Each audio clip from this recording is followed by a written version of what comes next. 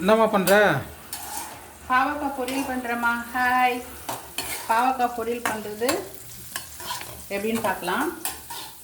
First எண்ணெய் ஊற்றிட்டு பாவக்காய் வந்துட்டு பொடிசாக கட் பண்ணி பாவக்காய் போட்டுருக்கேன்.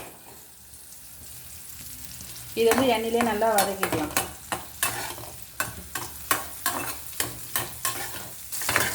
பாவக்காய் வந்துட்டு நல்லா எண்ணெயிலே வந்துட்டு பொரிஞ்சிருச்சு. இப்போ இது கூட வந்துட்டு நம்ம வெங்காயம் சேர்த்துக்கலாம். வெங்காயம் வந்து பெரிய சைஸ் வந்து ஒரு வெங்காயம் எடுத்துருக்கேன், அதை போட்டுக்கலாம்.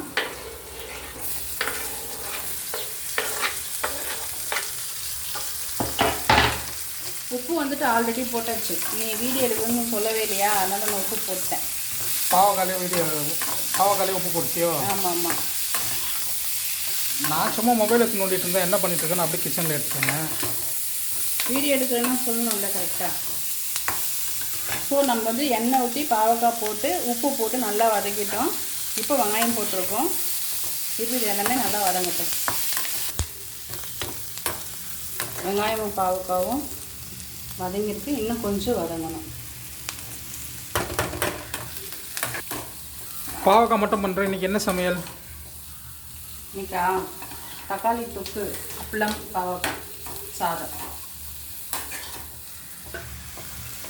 இப்போ பாவக்காவும் வெங்காயம் நல்லா வதங்கிடுச்சு.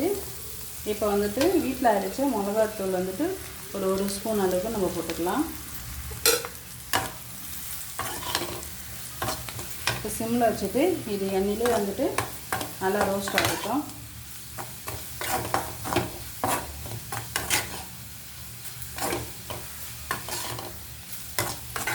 தண்ணியெல்லாம் வந்துட்டு ஊற்ற வேண்டாம். இந்த எண்ணெயிலே வந்துட்டு இந்த வெங்காயம் பாவக்காய் எல்லாமே வதங்கும்.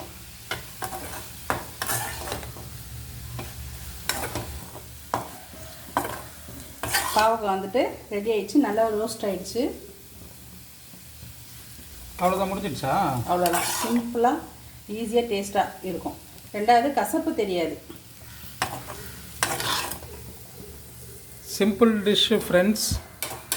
எண்ணெய் ஊற்றிக்கிங்க, பாவக்காய் கட் பண்ணி போட்டு உப்பு போட்டு அந்த எண்ணெயிலே வதக்கிட்டு நல்லா வதக்கிட்டோம்னா அந்த பாவக்காய் ஸ்மெல்லு என்ன சொல்கிறது, கசப்பு இருக்காது.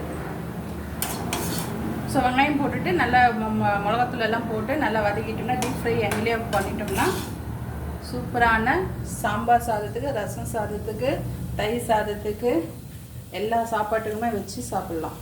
நல்லாயிருக்கும். அப்போ இன்றைக்கி நீ தக்காளி சட்னி வைக்க போகிறேன்னு அதுக்கு தக்காளி தொக்கு எல்லாத்துக்குமே நல்லாயிருக்கும். பாவக்காய்ன்றது வந்துட்டு எல்லா சாப்பாட்டுக்குமே வாரத்தில் 2 நாள் நம்ம எடுத்துக்கணும். கசப்பு எடுத்துக்கணும்.